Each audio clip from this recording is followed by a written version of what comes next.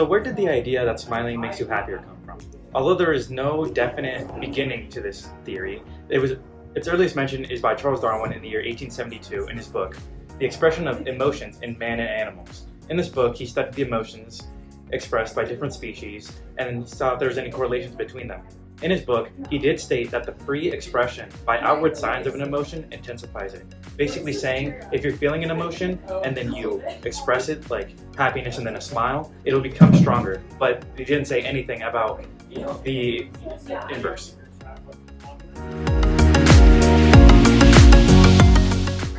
Although there aren't super clear origins on how this theory was originally popularized, the concept of facial feedback is pretty often discussed in popular culture. The idea that smiling makes you happier seems pretty intuitive. People are often encouraged to put on a smile in public settings, regardless if they're happy or not. You know, in settings like customer service, you're encouraged to smile to facilitate more customer satisfaction as well. It's more socially acceptable to smile than to frown, and you know, it helps encourage people to engage in the correct behavior if you're smiling even when you're not feeling your best. It's often brought up in song or rhyme as well, which makes it a very memorable statement when you're saying things like turn that frown upside down. It's also discussed in songs like Nat King Cole's 1954 song Smile, where he says, "Smile, though your heart is aching, you'll find that life is still worthwhile if you'll just smile."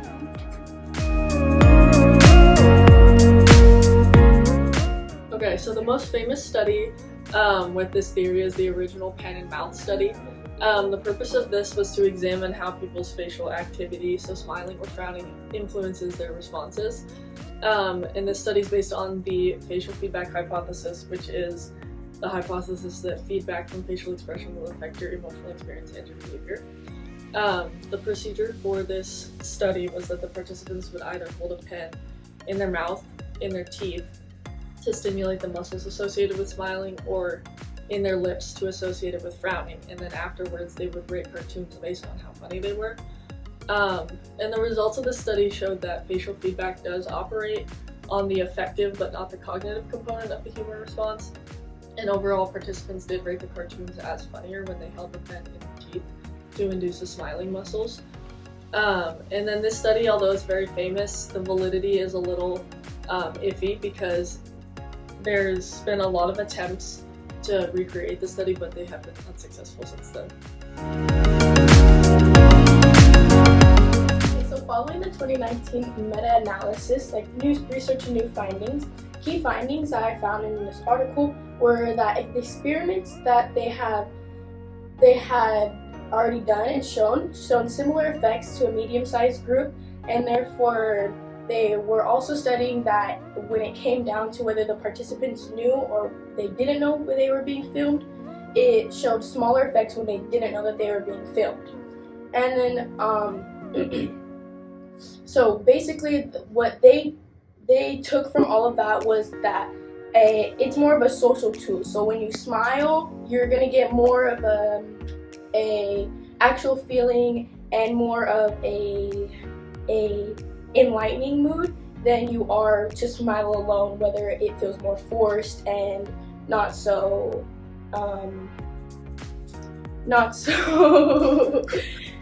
real, not so true. And so overall, they're just saying that it's more effective to smile and force a smile in social setting groups, as it's going to be more contagious and more real than you are to smile alone, to where it's just pretending. Additional studies kind of give us a bigger picture of the phenomenon. The earlier studies sort of established that smiling does have a positive effect on well-being and positive emotion, but there's been some more studies more recently that kind of throw a bit of a wrench into those things and kind of get a complicating view of the phenomenon a bit. So in 2014 there was a study done that determined that smiling does have a positive effect on well-being if you're already happy, but if you're proactively smiling to become happy, it actually has a negative effect, so it makes you less happy than you otherwise would have been. And a similar study done in 2022 kind of found similar results, and it was looking more at smiling while interacting with other people. But they found that smiling to improve your well-being, just like the previous study, doesn't have a positive effect on your well-being. However, smiling within interactions with other people, you tend to have better perceptions by those people of you. So they think more highly of you if you're smiling while you're interacting with them.